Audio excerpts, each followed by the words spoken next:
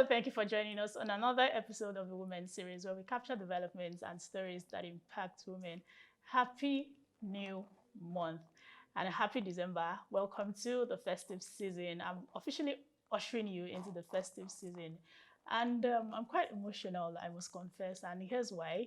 It's been an amazing 11 months. This is the 12th month in the year. We've had an amazing journey all through the months. We've discussed different things. We've highlighted different things, touched on different subjects, and I'm super happy that we've come this far, I must confess.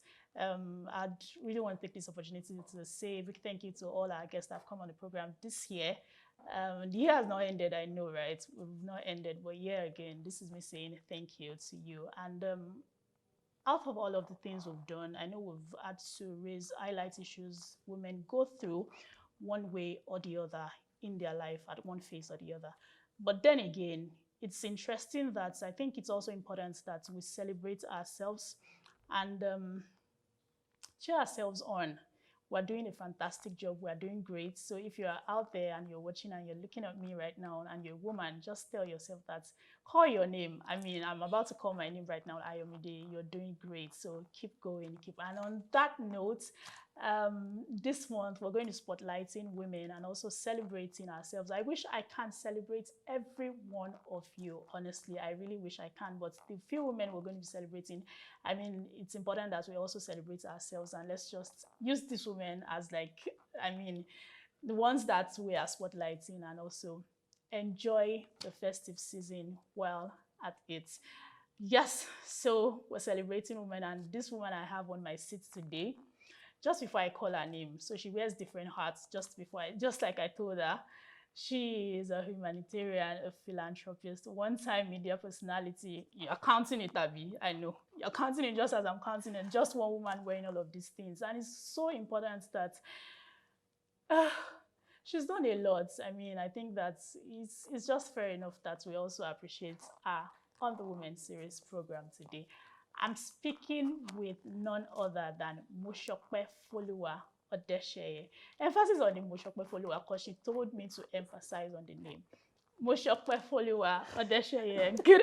How are you? I'm good, Iyameto. How are you doing? I'm fine. Thank you for coming on the program. It's great to have you. Thank you for having me. How are you doing? I'm alive. I mean, it's something to be it's actually something to be thankful for. That's the biggest win right now. Yes, I love that answer. I'm alive. Let me add that as well. I'm alive. For real. We're alive and we're grateful for life, to be honest. How has the year been for you so far? Tough. Very tough. I think I can relate to that on some level, right? I honestly can relate to that. But while I was going through your profile, I saw something very interesting. I didn't have it all rosy growing up, but I am becoming.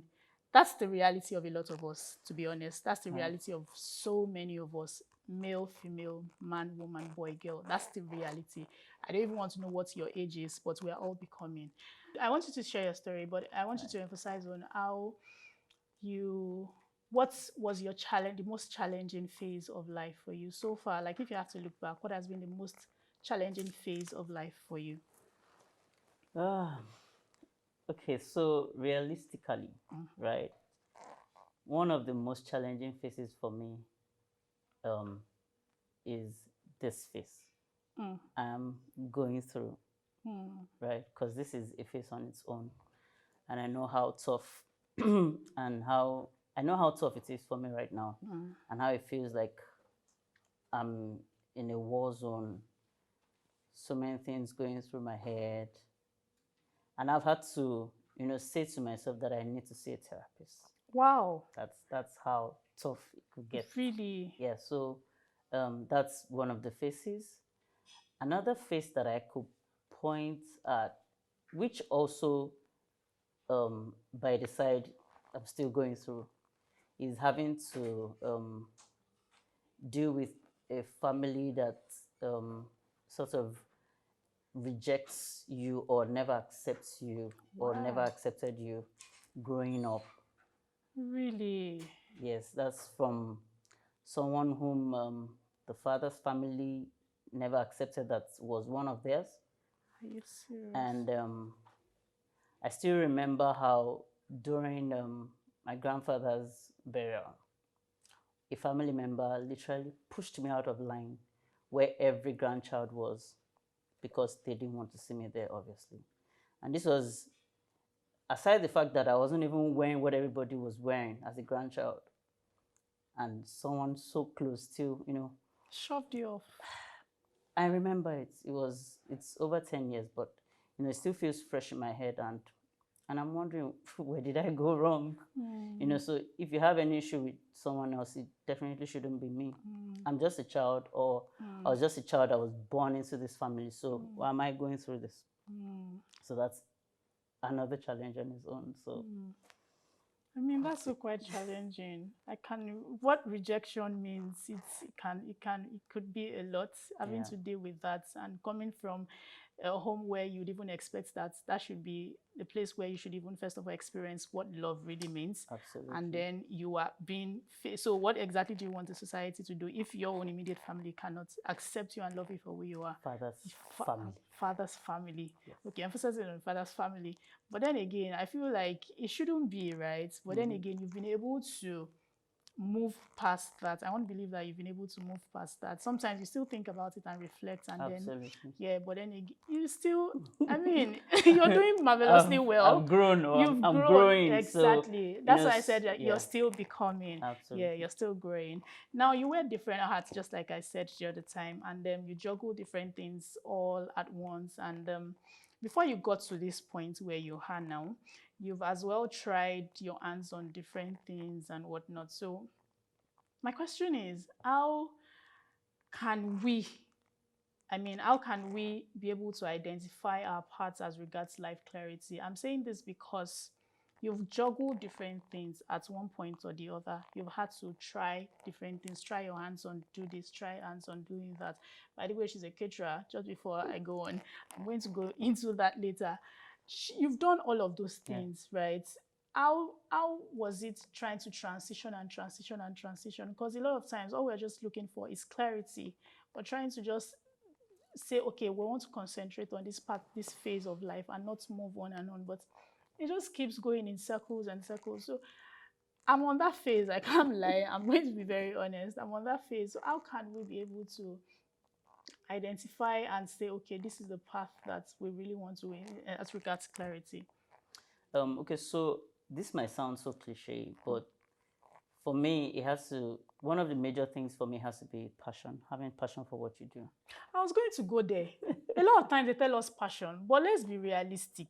Passion does not bring in the bills, does not pay the bills, rather. So that's what I said, one of the things. So they'll tell you to monetize the bills. Please, let's be factual. So definitely, but if you don't have passion for what you're doing, you just might not find fulfillment and you might not enjoy what you're doing, so to say.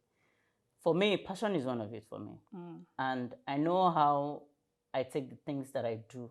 I know how committed I am into I'm going to hit you on that, but go on.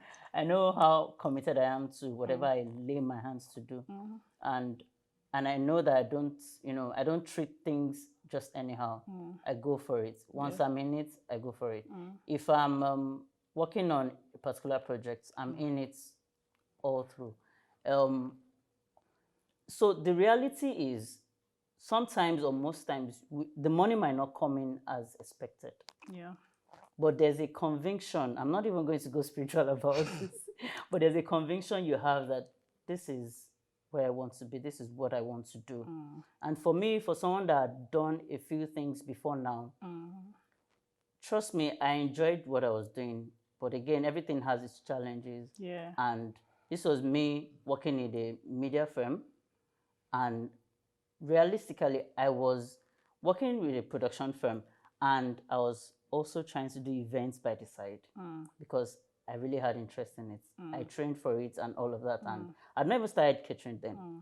And along the line, just one of those days, I just said to myself, of course, the media was good. I was enjoying it.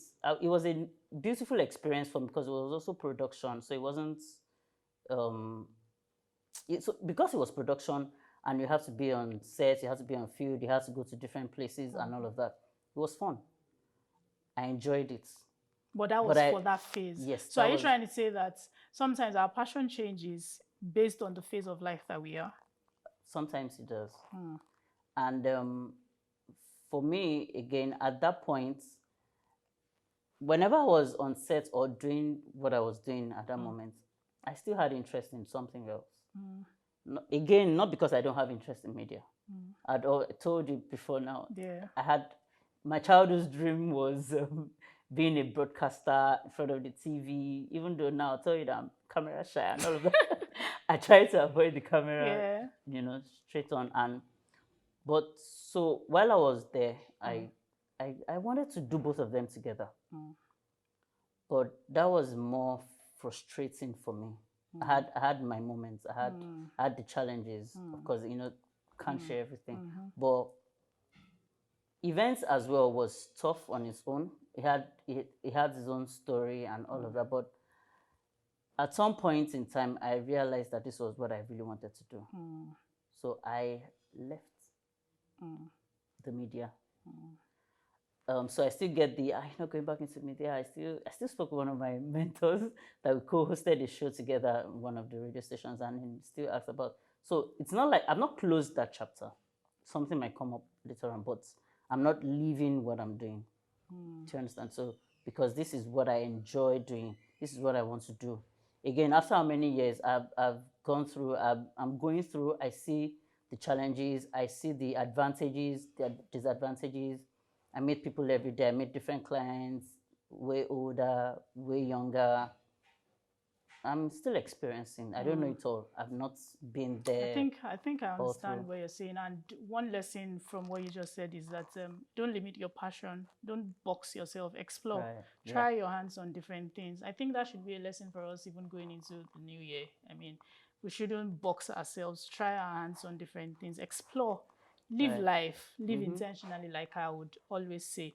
Now, so is one thing to build. You've built. You are still building. And it's another thing to sustain. And that's where the work comes in. That's where a lot of us have challenges. I mean, what would you have to say to that? Okay, again, I'm still in the process. Yeah. I'm not there yet. I'm becoming. That's the word. That summarizes it all, seriously. So that's it. Sustaining this is not beans. It takes a lot. It takes, again, you have to be sure that you want to do this. What it takes to do it, even when it doesn't look like it. Even when the funds are not coming in as much as you want, you're still pushing, and this is where you want to be. And again, like I said earlier, the conviction, you're convinced that this is what you want to do. Yeah. You're convinced that, I'm convinced that I want to continue doing catering or continue catering. I'm convinced that I want to continue event planning, because these two things come naturally with me. And they started as a hobby, just doing this at the 9-to-5 office, just something that I added to what I was, my JD. Yeah. And then cooking was something that I was just enjoying doing for someone, for people. And then I saw a need for it, and then I just decided to, go into this. And so that's it. So again, growing, support is also another major thing, and feedback goes a long way. Growing, support, feedback, because you're not going to have positive feedback every single time or every day. It might not be 100%, right? You might get good feedback every day, but it might, like I said, it might not be 100%. So you might give it your best today, and then you get a 75%, and of course it makes you feel good, but it doesn't mean that that's the end of it. You're still, you're still doing more. You're looking back at what you did the last time, and then you're still willing to give it more. I did an event recently, and the person gave me over 100% mark, and I'm like, whoa. Wow. This was someone that I didn't even know was a referral, and the person even came from outside Nigeria. We hadn't met until maybe like 3 weeks into the event, and at the end of the day, because I followed through all the way process, the process, and then I was giving feedback, I was giving updates. I'd even go to the family house before the person came to Nigeria for the burial, and then observations and everything, and even the person's fears. They had fears like family would do this, and I just, calm down, let's go through this together. Don't worry, I'm going to be on your side and all that, even beyond what you're paying for, so to say. And that was it. And by the time they go back, said they were giving over 100%. I'm never going to forget it. That's interesting. That's something for me. Yes. But like I said, feedback goes a long way. Whatever you get from your clients, your customers, you hold on to it and then you keep pushing harder. I also want to add that a lot of times when we get negative feedbacks, we as our body cringes and then we don't accept that pattern. We want to pray on that. A lot of times when we get positive feedbacks, we don't react. We're just like, oh yeah, it's just normal. Yeah. But those negative feedbacks, that's what we want. But I just want to say that you should try as much as possible to accept those things and work on those things. Just accept it, because feedback is feedback. It could be positive, it could be negative, but we should just learn to accept it. On a final note, because my director is about to cut me off, price hike is something that is affecting a lot of us, entrepreneurs, business people, people that are even working 9 to 5s and whatnot. It's affecting everybody. Going into festive period as an entrepreneur, because we have a lot of entrepreneurs, right? And yourself, I mean, how would you say that we should try to hold on? Because we don't know what exactly is going on. How should we hold on, especially when everyone wants to do Dirty December? How do we hold on and then still live our best life? So I'm going to say this. I know you've heard it over and over again, but I'm going to say that you should live within your means. How do I want to live within my means when I want to go for all the parties happening in Lagos? I want to go for I want to wear ashwebi. So that's the challenge. I want to go Why do you want to do all of that? Because I just want to live my life. You don't have to do all of that. You can pick what you want to do. I just have to do it. Why can't they allow me to do it? You don't have to do it. You can select what you want to do and then, plan and work towards it. Again, if you had savings or if you're saving something, you could pick from it and, enjoy your life. We've gone through a lot, or we're going through a lot, and then this year has also been tough. We just want to unwind and enjoy so ourselves. Again, you can find events, hangouts that are not too expensive. I know a few hangouts that people are paying maybe 5,000 naira just to hang out, to do a lot of things, games, food, movies, and all of that. You can pick that. You don't have to go for the 25,000 naira one. No problem. Do you understand? Mosopefoluwa said so. Yes, so you don't have to do everything. I know it's coming in our eyes, it's flashy, it's attractive. We want to be here, we want to be there, but at the end of the day, you don't want to come back home regretting that you did this when you could have tried to manage your time and your finances and all of that. But again, enjoy your life. Please. You've worked hard. You've worked this year. I deserve it. Don't spend everything, but enjoy your life. I need to enjoy my life. You're speaking to me directly. Thank you very much.